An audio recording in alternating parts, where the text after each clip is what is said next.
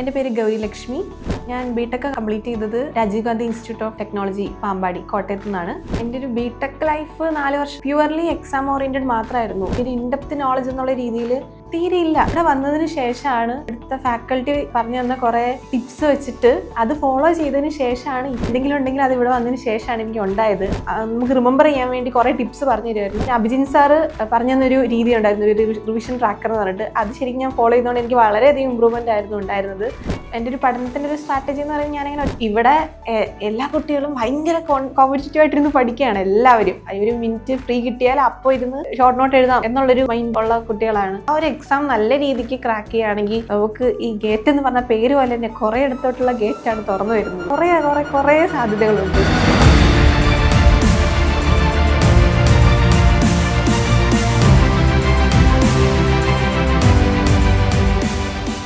Hi everyone, എൻ്റെ പേര് ഗൗരി ലക്ഷ്മി.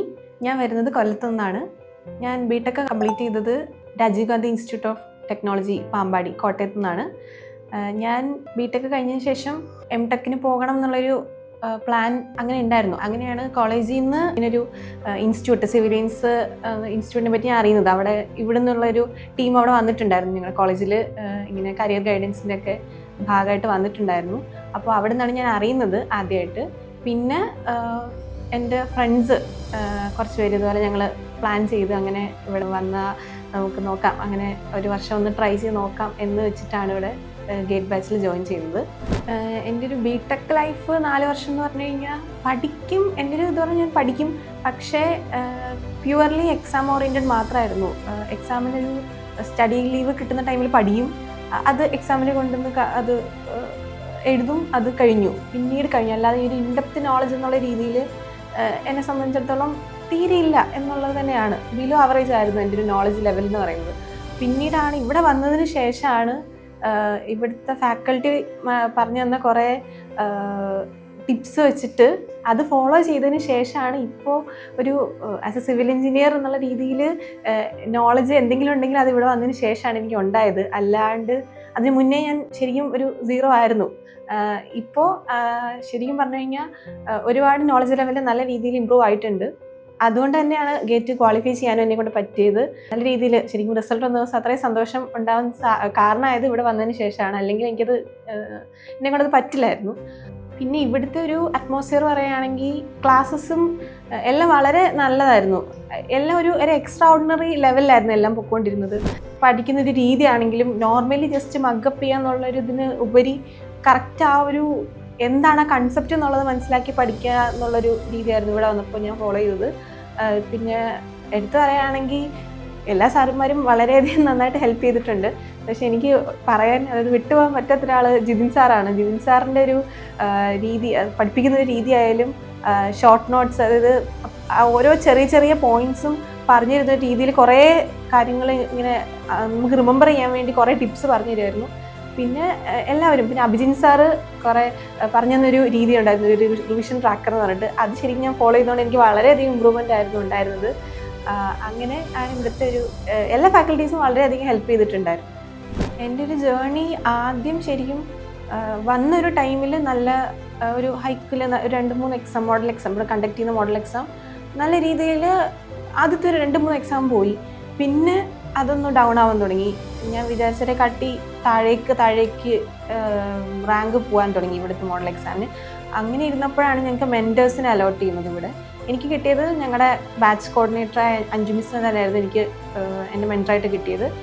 അപ്പോൾ മെൻറ്റർഷിപ്പിന് മിസ്സ് വന്നിട്ട് ഇങ്ങനെ ഓരോ കാര്യങ്ങൾ പറയും. അപ്പോൾ ഞാനും ഇങ്ങനെ ചെന്ന് സങ്കടം പറയായിരുന്നു, മിസ് എനിക്കിത് കുറഞ്ഞു പോവുകയാണ്, ഓരോ എക്സാം കഴിയുമ്പോഴും പിന്നെയും ഡൗൺ ആവുകയാണ് റാങ്ക്. അപ്പോൾ നല്ല സങ്കടം ഉണ്ടായിരുന്നു. ഇത് എന്നെ കൊണ്ട് പറ്റുമോ, എനിക്കിത് അവസാനം വന്നത് ഇപ്പോൾ ഇത്രയും ചെറിയ ടോപ്പിക്സ് പഠിച്ചിട്ട് തന്നെ പറ്റുന്നില്ല, അപ്പോൾ എല്ലാം കൂടെ എന്നെ കൊണ്ട് പറ്റുമോ എന്നുള്ളൊരു കൺഫ്യൂഷനൊക്കെ ഉണ്ടായിരുന്നു. അപ്പോൾ അങ്ങനെ ഇരുന്നപ്പോൾ ആണ് മിസ്സ് കുറേ കാര്യങ്ങൾ പറഞ്ഞു തരുമായിരുന്നു, കുറേ ടിപ്സൊക്കെ പറഞ്ഞു തരുമായിരുന്നു. പിന്നെ കുറേ ചാലഞ്ചസും പറയും, ഇങ്ങനെ അടുത്ത എക്സാമിന് നീ ഇത്ര റാങ്കിനുള്ളിൽ മേടിക്കണം, അല്ലെങ്കിൽ അടുത്ത എക്സാമിന് ഇത്ര നെഗറ്റീവ് കുറയ്ക്കണം, അങ്ങനെ ഓരോ ചലഞ്ചസ് തന്നാൽ അങ്ങനെ അത് ടാക്കിൾ ചെയ്യുന്ന രീതിയിൽ പിന്നെ പഠിച്ചു തുടങ്ങി. അങ്ങനെയാണ് പതുക്കെ ഇമ്പ്രൂവ്മെൻ്റ് ആയി തുടങ്ങി. ലാസ്റ്റ് ഒരു മോഡൽ എക്സാം ഒക്കെ ആയപ്പോഴത്തേക്കാണ് വീണ്ടും കയറി കയറി കയറി വന്നു, ഇമ്പ്രൂവ്മെൻ്റ് ആയി വന്നു, നന്നായിട്ട് ഇമ്പ്രൂവ് ആയി. അത് ലാസ്റ്റ് എനിക്ക് എക്സാമിൽ അത് അതിൻ്റെ റിസൾട്ട് കിട്ടുകയും ചെയ്തു. ഇവിടെ നമുക്ക് full length test 4 full length test ഉണ്ടായിരുന്നു ലാസ്റ്റ്. പിന്നെ അതിന് മുന്നേ ക്യുമുലേറ്റീവ് ആയിട്ടുള്ള ടെസ്റ്റുകൾ ഉണ്ടായിരുന്നു. ഓരോ സബ്ജക്റ്റ് എക്സാം നടത്തും, പിന്നെ അടുത്ത സബ്ജക്റ്റ് അതോട് ജോയിൻ ചെയ്ത് അങ്ങനെ നടത്തുന്ന എക്സാംസ്. അത് ഞങ്ങൾക്ക് ഇവിടെ വെച്ച് തന്നെ അറ്റൻഡ് ചെയ്യാനുള്ള രീതി മിസ് വന്ന് ഞങ്ങളെ മോണിറ്റർ ചെയ്യും. ആ രീതിക്ക് എക്സാംസ് ഉണ്ടായിരുന്നു. അത് ഞങ്ങൾക്ക് ആ ഒരു ടൈം, അതായത് ഒരു 3 hours എങ്ങനെ എക്സാം കറക്റ്റ് എങ്ങനെ ഈ രീതിയിൽ ആ ഒരു ടൈമിൽ നമ്മൾ എങ്ങനെ അതിൻ്റെ ടൈം മാനേജ് ചെയ്യണം, ആ ഒരു ടൈമിൽ ആ പഠിച്ച കൺസെപ്റ്റ്സ് ഒക്കെ ഓർമ്മ വരുന്നുണ്ടോ, ആ രീതിക്ക് ആ ഒരു നമ്മുടെ മെയിൻ എക്സാമിനെ രീതിയിലൊന്ന് കൊണ്ടുവരാൻ വേണ്ടി ആ എക്സാംസ് ഒക്കെ ഹെൽപ്പ് ചെയ്തിട്ടുണ്ടായിരുന്നു. ഞാൻ എൻ്റെ ഒരു പഠനത്തിൻ്റെ ഒരു സ്ട്രാറ്റജി എന്ന് പറയുന്നത് ഞാനിങ്ങനെ ഒറ്റയ്ക്കിരുന്ന്, അതായത് ഒരു ടേബിളിൽ ഞാനൊരു ടൈം വെച്ചിട്ട് പഠിക്കുക എന്നുള്ളതായിരുന്നു എൻ്റെ ഒരു റിവിഷൻ മെത്തേഡ്. പിന്നെ ഈ നമ്മൾ കാണുന്ന സ്ഥലത്തൊക്കെ ഒട്ടിച്ച് വെക്കുക, ഈ ചെറിയ നമ്മുടെ ഷോർട്ട് നോട്ട്സ് ചെറിയ ഇതിൽ ഒട്ടിച്ച് വെക്കുക. അപ്പോൾ നമ്മൾ കാണുമ്പോഴെല്ലാം അത് ഓർക്കുക എന്നുള്ള രീതിയിലായിരുന്നു ഞാൻ എൻ്റെ മെമ്മറൈസേഷൻ ട്രിക്സ് ഫോളോ ചെയ്തത്. അപ്പോൾ ആ രീതിക്ക് പോകുമ്പോൾ മറന്നു പോകുന്ന കാര്യങ്ങൾ പിന്നെയും ഓർക്കാൻ വളരെയധികം ഹെൽപ്പ് ചെയ്തിട്ടുണ്ടായിരുന്നു. അത് ഇവിടുന്ന് പറഞ്ഞു തന്നൊരു മെത്തേഡാണ്. അങ്ങനെ ചെയ്താൽ നന്നായിരിക്കും. ഞാൻ ആദ്യം അത് ട്രൈ ചെയ്ത് നോക്കിയിട്ടുണ്ടായിരുന്നില്ല. പിന്നെ പതുക്കെ എല്ലാം മറന്നു പോകാമെന്ന് കണ്ടപ്പോഴാണ് പതുക്കെ ഒന്ന് ചെയ്ത് നോക്കിയാലോ, അങ്ങനെ അവസാനം എൻ്റെ ഒരു ബ്യൂട്ടിഫുൾ ഷോർട്ട് നോട്ട്സിൻ്റെ ഒരു ഇതായിരുന്നു. അത് വളരെയധികം ഹെൽപ്പ് ചെയ്തു. അത് ഞാൻ ഇപ്പോഴും പറിച്ചു കളഞ്ഞിട്ടില്ല, ഇപ്പോഴും അങ്ങനെ തന്നെ വെച്ചിട്ടുണ്ട്. പിന്നെ ഈ ഒരു ജേർണിയിൽ എനിക്ക് ഉണ്ടായൊരു സാധനമാണ് ടെൻഷൻ. അത് നമ്മുടെ കുറ്റമല്ല, പക്ഷേ അത് വരും, നമ്മൾ ഓട്ടോമാറ്റിക്കലി വരുന്ന ഒരു സംഗതിയാണ്. അപ്പോൾ ഞാൻ ചെയ്തത് അത് നമ്മുടെ ഉള്ളിൽ വെക്കുന്നതിനെക്കാട്ടി അത് ആരോടെങ്കിലും പറയുക എന്നുള്ളതാണ് എനിക്ക് ഒരു നമുക്കത് ഹെൽപ്ഫുള്ളായ ഒരു കാര്യം അതാണ്. അപ്പോൾ ഞാൻ അതിനുവേണ്ടി സമീപിച്ചിരുന്നത് എൻ്റെ മെൻറ്ററിനെ തന്നെയാണ്, അഞ്ജു മിസ്സിൻ്റെ അടുത്ത് പോയി സംസാരിക്കും. മിസ് ഇങ്ങനെ ടെൻഷനാണ്, എനിക്കിത് പറ്റുന്നില്ല. അപ്പോൾ മിസ്സ് പറഞ്ഞൊരു വാക്കുണ്ട്, അതായത് ഈ ടെൻഷൻ അടിച്ചുകൊണ്ട് എനിക്കൊന്നും കിട്ടാൻ പോകുന്നില്ല. മാത്രമല്ല എനിക്കത് അതിൻ്റെ റിഫ്ലക്റ്റ് ചെയ്തത് മോഡൽ എക്സാംസിനായിരുന്നു. മാർക്ക് കുറയുന്നതല്ലാതെ വേറെ ഒന്നും ഉണ്ടായില്ല. എനിക്ക് വേറെ ഒരു ബെനിഫിറ്റും ഉണ്ടായിരുന്നില്ല ഈ ടെൻഷൻ കാരണം.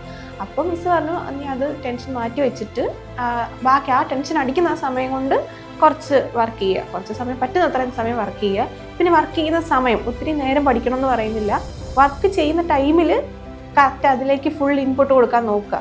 പറ്റുന്നില്ലേ നിർത്തി വെക്കുക, കുറച്ച് നേരം റെസ്റ്റ് എടുക്കുക, ഇഷ്ടമുള്ള എന്തെങ്കിലും ചെയ്യുക. ഇരിക്കുന്ന സമയം നല്ല വൃത്തിയായിട്ട് ഫോക്കസ്ഡ് ആയിട്ട് പഠിക്കുക. അപ്പോൾ ആ റിസൾട്ട് അതിന് കിട്ടും. പിന്നെ ടാർഗറ്റ് ചെയ്ത്, അതായത് ചുമ്മാ ആവശ്യമില്ലാതെ ഇങ്ങനെ പഠിച്ച് പോകുന്നതല്ലാതെ ഒരു ടാർഗറ്റ് വെച്ചിട്ട് ഇത്ര പഠിച്ച് തീർക്കുക, അങ്ങനെ ഒരു രീതിയിൽ പോയപ്പോൾ കുറേയധികം ടെൻഷൻസിന് കുറവുണ്ടായിരുന്നു. ഞാൻ ഇവിടെ ആദ്യം വരുമ്പോൾ, അതായത് ഫുള്ളി ഒരു ക്ലാസ് റൂം വൈബ്, ടീച്ചേഴ്സ് വരുന്നു, പഠിപ്പിക്കുന്നു, അങ്ങനെ ഒരു ഇതായിരിക്കും എന്നാണ് വിചാരിച്ച് വെച്ചിരുന്നത്. പക്ഷേ ഇവിടെ ആദ്യം ആ ഒരു ടെൻഷനിലാണ് വന്നതും. പിന്നെ ആണ് ടീച്ചേഴ്സായിട്ടുള്ള ഇൻട്രാക്ഷനും നമ്മുടെ ബാച്ച് കോർഡിനേറ്റർ മിസ്സ് വളരെയധികം ഫ്രണ്ട്ലി ആയിട്ട് കൂടെ നിൽക്കുന്നു. അപ്പോൾ അതൊക്കെ കണ്ടപ്പോൾ അങ്ങനെ ടെൻഷൻ അടിക്കേണ്ട ആവശ്യമൊന്നുമില്ല. നമ്മുടെ ആ ഒരു അറ്റ്മോസ്ഫിയർ നമുക്കത് പഠിക്കാൻ പറ്റിയ രീതിയിലാണെന്ന് മനസ്സിലായി.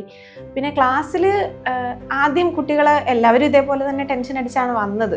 അതുകൊണ്ട് എല്ലാവരും ഇതെങ്ങനെയാണ് ഒന്നത്, ഇത്രയും വലിയൊരു എക്സാമിന് വേണ്ടി പ്രിപ്പയർ ചെയ്യുന്നു, ഒരു കൊല്ലം കളയുന്നു, ബിടെക് കഴിഞ്ഞിട്ട് ഒരു കൊല്ലം കളയുന്നു. അപ്പോൾ അതിൻ്റേതായ ടെൻഷൻസ് എല്ലാവർക്കും ഉണ്ടായിരുന്നു ആദ്യം.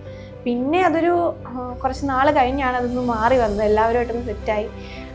അങ്ങനെ പിന്നെ ഇവിടെ ഇരുന്ന് പഠിക്കാൻ തുടങ്ങി. ക്ലാസ് നമുക്ക് ഒരു ഇൻസ്റ്റിറ്റ്യൂട്ട് എന്നുള്ളൊരു ഫീൽ അല്ലായിരുന്നു ശരിക്കും. നമ്മൾ എല്ലാ സപ്പോർട്ടും ഉണ്ട്, നമുക്ക് നമുക്ക് എന്ത് വേണമെങ്കിലും പറയാം, നമുക്ക് എല്ലാ രീതിയിലുള്ള സപ്പോർട്ടും തരുന്നൊരു അറ്റ്മോസ്ഫിയർ ആയിരുന്നു സിവിൽ ഇൻസ്റ്റിറ്റ്യൂട്ട് ഉണ്ടായിരുന്നു.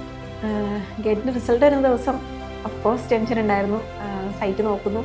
അങ്ങനെ ഞാൻ ഇവിടെ തന്നെ ഉണ്ടായിരുന്നു, ട്രിവാൻഡ്രത്ത് തന്നെ നിന്ന് ബാക്കി എക്സാംസിന് വേണ്ടിയിട്ട് പ്രിപ്പയർ ചെയ്യുന്നുണ്ടായിരുന്നു.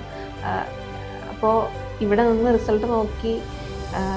അപ്പോൾ അതൊക്കെ റിസൾട്ട് വന്നു കഴിഞ്ഞപ്പോഴാണ് ശരിക്കും ആദ്യം ഞാൻ പ്രതീക്ഷിച്ച അതായത് ഞാൻ നന്നായിട്ട് അണ്ടർഎസ്റ്റിമേറ്റ് ചെയ്തിരുന്നു തന്നെ, അതായത് അത്രയൊക്കെ ഉണ്ടാവുള്ളൂ. പക്ഷേ റിസൾട്ട് വന്നപ്പോൾ എന്തോ ദൈവത്തിന് ഭാഗ്യം കൊണ്ട് ഞാൻ ഫസ്റ്റ് ഷിഫ്റ്റ് ആയിരുന്നു എഴുതിയത്. അപ്പോൾ കുറച്ച് എക്സാം ടഫായിരുന്നു, ആ ഷിഫ്റ്റ് ടഫായിരുന്നു. അപ്പോൾ കുറച്ച് ഇമ്പ്രൂവ്മെൻ്റ്, അത് മാർക്ക് കയറി, അപ്പോൾ കുറച്ച് സ്കോറും കയറി. അത് കണ്ടപ്പോൾ ഭയങ്കര സന്തോഷമായി. എനിക്കാണെങ്കിൽ ഹോസ്റ്റലിൽ ഇരുന്നിട്ട് പറ്റുന്നില്ല. ഞാൻ പെട്ടെന്ന് ഇറങ്ങി റെഡിയായി പെട്ടെന്ന് വന്നത് ഫസ്റ്റ് ഞാൻ വന്നത് സിവിലിയൻസിലോട്ടാണ്. ഇവിടെ വന്ന് 5 മിസ്സിലോട്ട് പെട്ടെന്ന് വന്നിട്ട് വിളിച്ചു, മിസ്സ് ഇത് ആരാണിത്, ആദ്യം റിസൾട്ട് വന്ന ഉടനെ മിസ്സ് ഓൾറെഡി ടെൻഷൻ അടിച്ചിരിക്കുകയാണ് ഓരോരുത്തരുടെ റിസൾട്ട് ഇങ്ങനെ എന്തായി തീരുമെന്ന് അറിഞ്ഞിട്ട്. അപ്പോൾ ഞാൻ പെട്ടെന്ന് വന്ന് ആദ്യം പറഞ്ഞത് 5 മിസ്സിനോടാണ്. അങ്ങനെ മിസ്സ് ഭയങ്കര ഹാപ്പിയായി. എന്തായാലും അഡ്മിഷൻ എവിടെയെങ്കിലും കിട്ടും എന്നുള്ളത് ഉറപ്പാണ്. ആ രീതിക്കുള്ളൊരു സ്കോറ് എനിക്ക് കണ്ടപ്പോൾ മിസ്സിനും ഭയങ്കര സന്തോഷമായി. അതുപോലെ തന്നെ പാരൻസിനും വിളിച്ചവരെ അറിയിച്ചു. അപ്പോൾ അവർക്ക് ഭയങ്കര സന്തോഷം.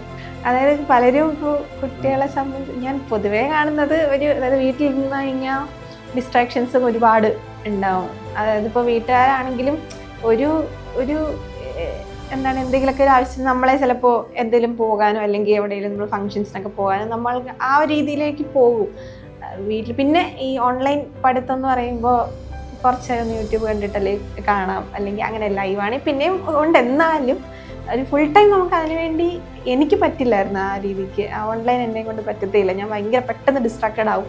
കുറേ കുട്ടികൾ അങ്ങനെ തന്നെ ആയിരിക്കും. പെട്ടെന്ന് ഇങ്ങനത്തെ ഇപ്പോഴത്തെ ഈ സോഷ്യൽ മീഡിയ വേൾഡിൽ പെട്ടെന്ന് ഡിസ്ട്രാക്റ്റഡ് ആവാനുള്ള സാധ്യതയുണ്ട്. അപ്പോൾ ഇവിടെ ആകുമ്പോൾ നമ്മൾ കാണുകയാണ് ഈ കോമ്പറ്റീഷൻ, നേരിട്ടിങ്ങനെ കാണുകയാണ്. ഇവിടെ ശരിക്കും പറഞ്ഞാൽ ഇവിടെ എല്ലാ കുട്ടികളും ഭയങ്കര കോമ്പറ്റീറ്റീവായിട്ടിരുന്ന് പഠിക്കുകയാണ് എല്ലാവരും. ഒരു മിനിറ്റ് ഫ്രീ കിട്ടിയാൽ അപ്പോൾ ഇരുന്ന് ഷോർട്ട് നോട്ട് എഴുതാം എന്നുള്ളൊരു മൈൻഡ് ഉള്ള കുട്ടികളാണ്. അപ്പോൾ അത് കാണുമ്പോഴെങ്കിലും നമ്മൾ പഠിക്കും. ഇത് ഉണ്ട്, അത്രയും ഡിറ്റർമിനേഷൻ ഉള്ളവരുണ്ട്, ഇല്ലെന്നല്ല. പക്ഷെ എൻ്റെ കാര്യം പറയുകയാണെങ്കിൽ എനിക്ക് കൺസെപ്റ്റ്സ് ഒന്നും തീരെ ക്ലിയർ അല്ലായിരുന്നു. കോളേജിൻ്റെ ഒരു ഇതിൽ എക്സാമിന് വേണ്ടി പഠിക്കുന്നു എന്നുള്ളതല്ലാതെ വേറെ ഒരു ക്ലിയർ ആയിട്ടുള്ളൊരു പിക്ചർ എനിക്കില്ല. ഒരു സബ്ജക്റ്റിനെ പറ്റിയും ഒരു ക്ലിയർ പിക്ചറും ഇല്ലായിരുന്നു. ഇപ്പോൾ എക്സാമ്പിൾ പറയുകയാണെങ്കിൽ ഇപ്പോൾ ട്രാൻസ്പോർട്ടേഷൻ എഞ്ചിനീയറിംഗ് ശരിക്കും സിമ്പിൾ സബ്ജക്റ്റാണ്, പക്ഷേ എനിക്കതിനെപ്പറ്റി ഒന്നും അറിയില്ല.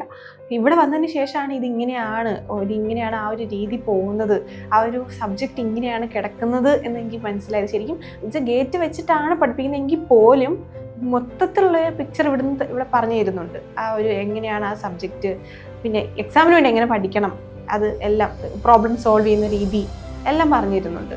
ഇവിടുത്തെ ഫാക്കൽറ്റിയെ പറ്റി പറയുകയാണെങ്കിൽ അവർ ഗേറ്റ് ബാച്ച് ആണെങ്കിൽ പോലും ഗേറ്റ് മാത്രമല്ല, നമുക്ക് അത് വെച്ചിട്ട് വേണമെങ്കിൽ PSC എക്സാംസ് വേണമെങ്കിൽ ക്ലിയർ ചെയ്യാൻ പറ്റും. നമ്മളുടെ കൂടെ ഒരു എഫേർട്ട് ഇട്ട് കഴിഞ്ഞാൽ PSC ക്ലിയർ ചെയ്യാൻ പറ്റും. അതല്ല വേറെ എക്സാംസ് നോക്കണമെങ്കിൽ RRB SSC ഇതൊക്കെ വേണമെങ്കിൽ എഴുതാമെന്നുള്ള രീതിയിൽ തന്നെയാണ്. കാരണം ഇതെല്ലാം ഞാൻ എക്സാം അറ്റൻഡ് ചെയ്ത ഒരാളാണ്. അപ്പോൾ എനിക്കത് മനസ്സിലായി. കാരണം നമ്മളൊന്നും അറിയാതെ ഒരാൾ പോയി എക്സാം എഴുതുന്നു, പക്ഷേ ഇത്ര ഒരു കോച്ചിങ്ങിന് ശേഷം പോയി എക്സാം എഴുതിയപ്പോൾ നമ്മൾ വിചാരിക്കുന്നതിനെക്കാട്ടി കൂടുതൽ നമ്മളെ കൊണ്ട് അറ്റൻഡ് ചെയ്യാൻ പറ്റും. ക്വസ്റ്റ്യൻസ് നമ്മൾ അറിഞ്ഞുവിടെങ്കിൽ പോലും ഇത് നമുക്ക് ആ സാർ ക്ലാസ്സിൽ ഇത് അങ്ങനെ പറഞ്ഞു തന്നിട്ടുണ്ട്, നമുക്ക് പെട്ടെന്ന് ക്ലിക്കാവും. ആ രീതിക്ക് ആണ് ക്ലാസ്സസ് പോകുന്നത്. അത് ഭയങ്കരമായിട്ട് ഹെൽപ്പ് ചെയ്യും. ഗേറ്റ് എന്ന് പറഞ്ഞു കഴിഞ്ഞാൽ എനിക്ക് സത്യം പറഞ്ഞാൽ അറിയില്ലായിരുന്നു. ഇപ്പോഴാണ് അതിൻ്റെ ഒരു സാധ്യതകളെ പറ്റി മനസ്സിലാവുന്നത്. ആ ഒരു എക്സാം നല്ല രീതിക്ക് ക്രാക്ക് ചെയ്യുകയാണെങ്കിൽ നമുക്ക് ഈ ഗേറ്റ് എന്ന് പറഞ്ഞ പേര് പോലെ തന്നെ കുറേ ഇടത്തോട്ടുള്ള ഗേറ്റാണ് തുറന്നു വരുന്നത്. കുറേ സാധ്യതകളുണ്ട്. നമുക്ക് ഇത് വെച്ചിട്ട് വേണമെങ്കിൽ PSCയും വേണമെങ്കിൽ ക്രാക്ക് ചെയ്യാവുന്നതേ ഉള്ളൂ. ശരിക്കും അത് ആ ഒരു ചെറിയൊരു എഫേർട്ടും കൂടി ഇടുകയാണെങ്കിൽ നമുക്ക് ഏത് എക്സാം വേണമെങ്കിലും ക്രാക്ക് ചെയ്യാവുന്നുള്ള രീതിയിലാണ്. അത് ഗേറ്റിൻ്റെ ഒരു പ്രത്യേകതയാണ്. അതിന് ഹെൽപ്പ് ചെയ്യുന്നത് ഇവിടുത്തെ ക്ലാസ്സുമാണ്. ആ ക്ലാസ്സും നോട്ട്സും അത് വളരെയധികം ഇമ്പോർട്ടൻ്റ് ആണ്.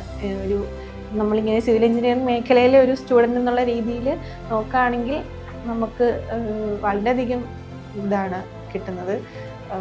പിന്നെ നമുക്ക് നല്ലൊരു ബേസ് കിട്ടും. ഈ സബ്ജക്റ്റ് ഈ ഒരു സിവിൽ എഞ്ചിനീയറിങ്ങിനെ പറ്റി ഭയങ്കരമായിട്ടൊരു ഫൗണ്ടേഷൻ നമുക്ക് കിട്ടും. പിന്നെ ആ ഫൗണ്ടേഷൻ നമുക്കിപ്പോൾ അറിയാമല്ലോ, സിവിൽ എഞ്ചിനീയേഴ്സ് ബിൽഡിംഗ് ആണ്, അതിന് ഏറ്റവും മെയിനായിട്ട് വേണ്ടുന്നത് ഫൗണ്ടേഷനാണ്.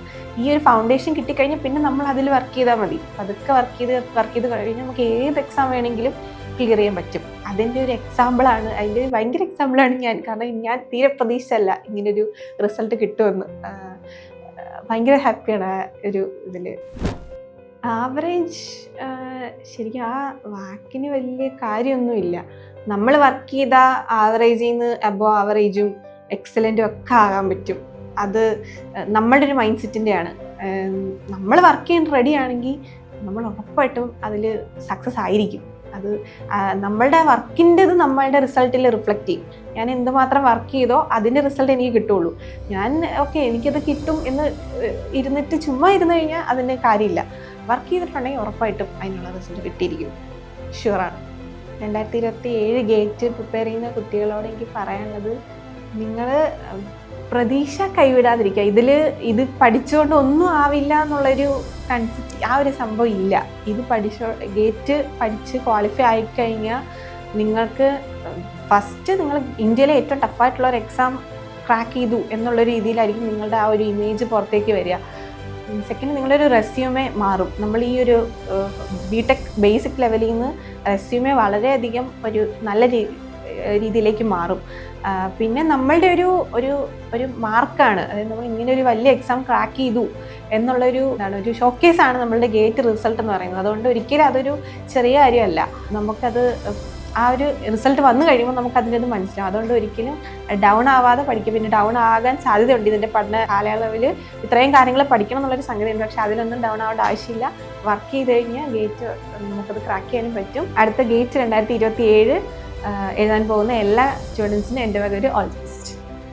Start your preparations for engineering competitive exams from top educators. Learn from the best.